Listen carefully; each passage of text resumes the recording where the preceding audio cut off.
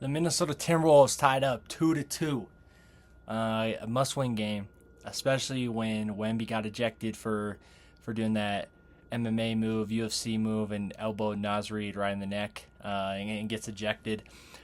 This is a must-win game. I really thought the Spurs were somehow going to still pull it off even without Wembanyama, but the Wolves stuck through. I mean, Anthony Edwards. Let's see the final stat line: 36 efficient shooting, 13 from 22 from the field. I will say this before I get into my comments about Anthony Edwards. Let me just say something. His defense is not good. His defense is just genuinely not good right now. That's pretty much all I can say. Like he's just not a positive defender for the Wolves right now. So it makes it a little tough with Ant. But I mean, he was so efficient from the floor. Felt like he was generating all their offense. Like they either have to go double team him, and that generates a good shot, or they don't double team him, and he's just eating. Like he's an outstanding player. Spectacular performance. They needed this. He hit that 1-3 and then hit Mitch Johnson afterward. Like gave him a little like, yeah, I'm here. Like that. Like I don't know how you can't love watching Anthony Edwards play basketball. I mean, it's a joy to watch. I love it. I love watching Anthony Edwards play. And look, there were a couple good performances too. Surprisingly, the best plus minus today: Julius Randle, Terrence Shannon Jr., and Mike Conley. I thought Mike Conley was amazing. Only played 11 minutes, but a really good 11 minutes. 2 threes, had those 2 free throws that kind of settled them in. I think it was like 70-76. After he made those free throws, they were down. So, kind of to like weather the storm a little bit, not make it too bad. And I thought those free throws were big, and his 2 3-point shots obviously big. 2 tough shots too. So I thought Mike Conley was good. Terrence Shannon Jr., I mean, he didn't shoot the ball well, 3 for 12, but I think he needs to play. Like, I don't know. I kind of like, oh, wow. I kind of like more Terrence Shannon Jr. minutes, honestly, but I think he guards. Like, obviously he doesn't always actually stop his man, but, I mean, his effort is insane. He gets to the hoop with force, especially when Wemby not in the game. It's weird that he only had 20 minutes. Julius Randle, I didn't think Julius Randle. How many turnovers Julius Randle have? 6. Yeah, I knew it was bad. Julius Randle, not a good game. He's plus 12, though. He's physical. I will say this. Let me say some good things about Julius Randle. He had some spectacular passes. He can really play make. He's super physical. He plays fairly good defense when he actually is like giving effort. Now sometimes he doesn't get back on defense. Sometimes he doesn't really try to rebound. He was turning it over way too much on isolation and just bad pass. Like I think he had a stretch where he had 3 turnovers in a row. It's just, you know what I'm saying? It's like, I don't know, man. I don't know. Not a great Julius Randle game, but he's plus 12 and you win. Jaden McDaniels, I thought he was okay. The thing with Jaden McDaniels, at least offensively, like I feel like all of his shots are like super hard contested middies, and he makes a lot of them. But then he'll get like the easy wide open 3-pointer. I feel like he never makes it. He's just not a really good 3-point shooter, and especially in the playoffs, he hasn't been a good 3-point shooter.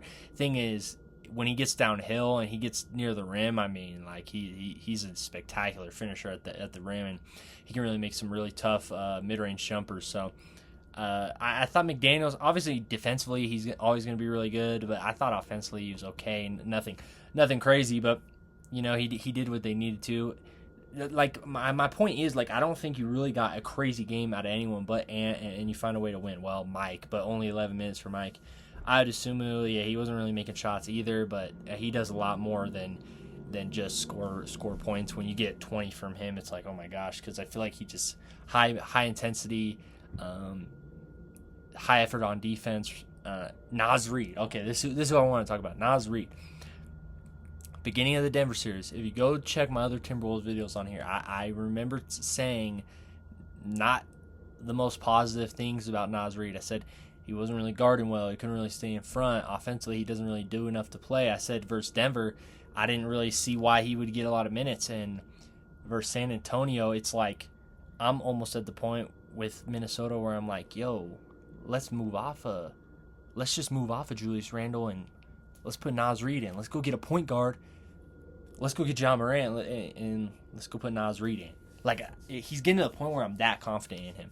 Like I don't know what this series he's guarding. Offensively, he's been amazing. I thought his playmaking was decent. And listen, when he's playing defense, and you can stick him next to Jaden McDaniels and Rudy Gobert, this team's so good. And he's been guarding. So something that like he's been flawed sometimes is he fouls a lot. and he can't really stay in front. He's still fouling a decent amount. Like, how many did he have this game? 5. Yeah, he's still fouling, but I think he's staying in front decently, and he brings this like length and physicality that I think benefits the Wolves a ton. I mean, he's a +8 in this. Shot the ball well, 6 for 12. Didn't even have to hit a 3-pointer this game, and it still was just super impactful. Amazing from Naz Reid. Really good game. And then Rudy Gobert. I thought he started the game off not very good. His first half, I thought Luke Cornett honestly was playing better, and then Rudy Gobert turned up in the second half. Had multiple key defensive possessions where he came up big, had some nice rebounds, had an and one. I think he might have had 2 and ones in the second half, but one like in the clutch and one. It's like he had a really good second half. He's had a really good playoffs. There's really nothing negative that people can say about Rudy Gobert at this point. He's a really good player. Now if we look at the Spurs side, I mean, actually before I even go into statistics, this is just like from watching the game. Dylan Harper, I mean, I've been saying this. I've been a Dylan Harper guy. Well, I haven't started this YouTube channel back when I was talking about the last year's draft. That's more on my TikTok page where I did, but I love Dylan Harper. I knew this dude was going to be so good, which so did most people. He's consensus number 2 overall pick for the most part. But he's so good. He is so good at basketball. He's physical. He's really crafty. Like when he drives to the hoop, if he can get that jumper consistent, oh man, like he's going to be better than De'Aaron Fox. Because he almost seems like sometimes that he is already. I know for a fact he's going to be better than De'Aaron Fox. He's going to be all NBA type of guard. He's fantastic, and having him next to Wemby long term, oh my gosh, oh my goodness, man. And then you got guys like Stephon Castle, and Stephon Castle's weird. Like he brings this physicality. He really gets downhill. He flops a ton sometimes. I wish he would kind of just like play more fluid and not try to draw as many calls, because I feel like it's kind of effective and negatively. But defensively, he's really good. He brings a certain level of physicality that Spurs can really use, and he's kind of been knocking the jumper down. Was he 2 for 6 today? I mean, not amazing, but not terrible. +8. Dylan Harper's actually a -14. He was fantastic though. 8 for 11 from the field. I just seen De'Aaron's stat line. Didn't look that good. He shot 8 for 23 from the field, but I didn't feel like this was a bad De'Aaron Fox game. I actually thought De'Aaron Fox did really good. Like, kept him in it, gave him some timely buckets. Maybe down the stretch he wasn't fantastic, and he shot a few daggers, and he kind of missed all of them. He had like some tough 3-point shots, and it just really wasn't falling. But I didn't think De'Aaron Fox had a bad game whatsoever. I actually thought he played fairly well, but he didn't shoot the ball well. Devin Vassell had a couple clutch shots. I thought he played solid. I don't really got much to say outside of that. Devin Vassell, yeah, I feel like he just had a good Devin Vassell game. Luke Cornett's what I want to talk about. He was really good, especially in the first half. Oh my gosh, he was good. His defense was absolutely amazing. I thought on offense he was really good. Like, he stopped like 3 Rudy Gobert lobs. Like, he just stopped them, and then he had like 3 of his own, maybe only 2 of his own. I mean, he had 7 points. Well, he had 3 field goals, so maybe he did have 3 of his own. I think it was actually 2, and then he had like an offensive rebound. But I thought Luke Cornett had a really good game. Really good backup center. When Wemby's not in the game, the thing is you need Wembanyama to play if you're San Antonio and not get ejected. Julian Champagnie wasn't very good. Defensively, I thought he was decent, but offensively, he just wasn't making anything. Keldon, I mean, he's not even really getting minutes. He almost got outplayed by Carter Bryant. I think they want to like push the pace and like get into transition offense more. So I think that's more of the reason why you don't see a lot of Keldon. I thought Harrison Barnes actually gave some really good minutes. Carter Bryant kind of like I thought he had some good moments, but he was fouling a lot. Like, he had 3 fouls, 3 turnovers. Like, I think he did a lot of negative, but I would still be super excited about Carter Bryant. But if you're a San Antonio fan, obviously you need Wembanyama to play. I mean, this team is nowhere near the same without Wembanyama. Defensively, I mean, they drop off tremendously, exponentially without Wembanyama. It's so much easier to drive against this team without Wembanyama. And offensively, they're worse without Wembanyama. I mean, he's their MVP player. He's arguably the best player in the world. And, you need him to not throw a MMA elbow and get ejected. So I wouldn't be too worried. If I'm a Spurs fan, you have home court advantage. It's 2-2. Like, you're fine. You have the advantage. You get 2 home games at least, unless you close it out before that. Wemby, he's going to be smarter. I think Wemby's going to come back, and he's going to have like this chip on his shoulder because of the ejection, and he feels like he let his team down, and he's going to want to show out. Sometimes that can actually hurt people, but but I don't feel like Wemby's the type of guy that would hurt him really. So, great game for Minnesota. Great way to tie it up. They almost sold it at the end. They could barely get it in bounds. I'd assume with the ball to go off his foot and him to still keep it for it to not be a turnover. They were really trying to sell this game, but tied it up 2-2. Fun series. I'm really glad this got tied up. I was really worried this could go 3-1 and really not be as fun as I wanted it to be, but Wemby, hey, Wemby made it possible. He made it possible for Minnesota. That's all I want. As a Mike Conley guy myself, that's all I want. Okay, let's move on. I mean, I don't have to talk a lot about the series, but I'm just going to talk about the Knicks a little bit. The Knicks have looked ridiculous. And it's to the point, I had the Knicks losing in the second round in my predictions, not to Philly, but to Boston. But at this point, I think they're making the finals. They look this good. Cat has been awesome. Jalen Brunson is just Jalen Brunson.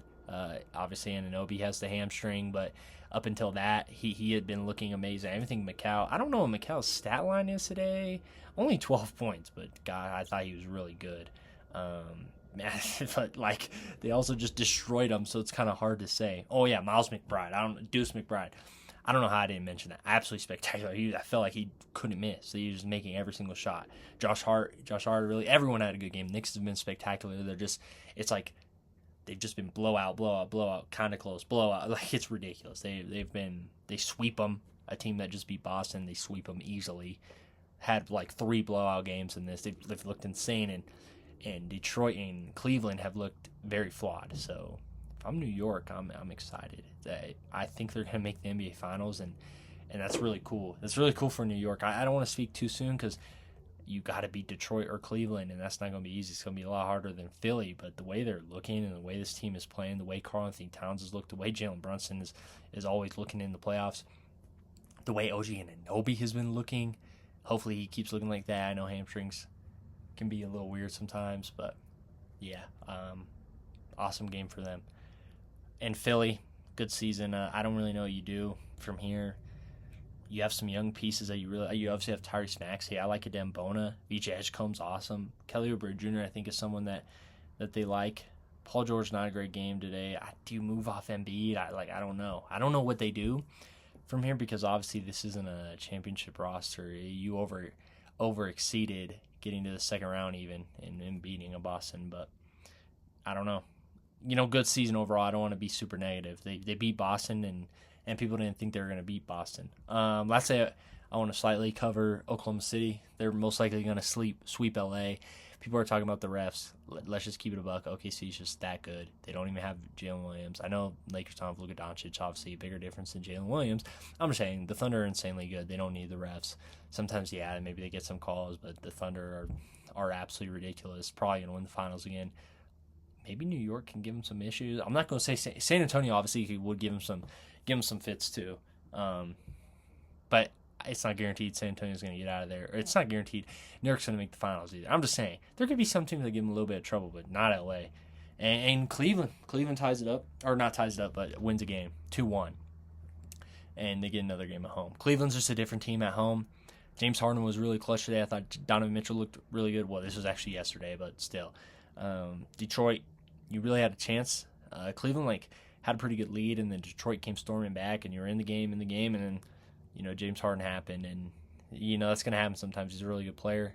He's going to have good games because he's had some bad ones. He's going to have some good ones, and Cleveland, you're in a good spot. The thing is, they really only play good at home. They've played bad on the road, and you don't have home court advantage, so at some point you're going to have to play well in Detroit. You got to win next game too, because Detroit could have won this game and beat 3-0, and then I'm not saying anything positive about Cleveland. I'm saying this is over. So it certainly still looks good for Detroit, but promising game from Cleveland. I hope they can get more complete games out of Donovan Mitchell and James Harden combined, and then hopefully you get some good Emo, some good Jared Allen, some good Max Strus, Dennis Schroeder. I just hope they can get a combined game. Because even this game, I don't think they were necessarily spectacular. I just want to see a flawless Cleveland game, bro. I really want to see it. I would be super excited to see Cleveland play really good because they could have definitely had Harden wasn't even amazing. He was good, but I wouldn't say amazing. This game actually was probably one of the best you're gonna get though out of the four. The Emo, Jarrett, James, Donovan. really good four. Actually, they can just do similar. I wanted to see like an explosion though. I just feel it coming. I feel like a pause, but I feel like a crazy Cleveland game coming. Like 130 to 111, like some crazy. I just feel it coming. Again, pause. Cade Cunningham, really good. Asar Thompson. I thought Asar Thompson looked really good. Everybody kind of always does. Tobias Harris continues to look good. Jalen Duren, like, not great. Jalen Duren's been so disappointing. They still like could just make the conference finals, maybe even the NBA finals. It's crazy. It's crazy. This team's really deep. This team has a superstar in Cade Cunningham, and Tobias Harris is playing out of his mind. If they could get Jalen Duren to actually like play like regular season Jalen Duren, oh my gosh, man, this team would be outrageous. And Jalen Duren's a really good defender. I think Jalen Duren is a really good player. Don't get me twisted, and don't let this seem like I'm hating on Jalen Duren, because I really like him and he's outstanding. But obviously he's had a little bit of a drop off, and you could get some good Jalen Duren. Oh my gosh, man, this team's gonna be crazy, bro. I will say New York got a little bit of star power, a little bit of offensive power that can really counteract this defensive power that Detroit brings. I think New York would actually be kind of a tough matchup for them because they got a lot. You got to deal with Cat. You got Jalen Duren. You got to deal with Jalen Brunson. You got Asar Thompson, but Jalen Brunson kind of be having Asar's number sometimes. But if OG Anunoby's back, you got to deal with him. You got Bridges, you got Hart, you got Deuce. Like, they're tough, bro. They're tough to deal with, and they definitely got some defenders too. Not as good as Detroit, obviously, but they got some dudes that can guard for sure. Mitchell Robinson, OG Anunoby, Mikal Bridges, Josh Hart. You know what I'm saying? Like, I don't know. That would be interesting. Cleveland's still in this, though. I still think Cleveland could really win. I predicted them to win. I predicted them to go to the NBA Finals. Now I kind of think it's New York, but yeah. I know I really covered Minnesota more, but like that's like my squad right now. Well, I'm a Jazz fan, but I'm a Mike Conley fan. But yeah, let's go and do it. Deuces.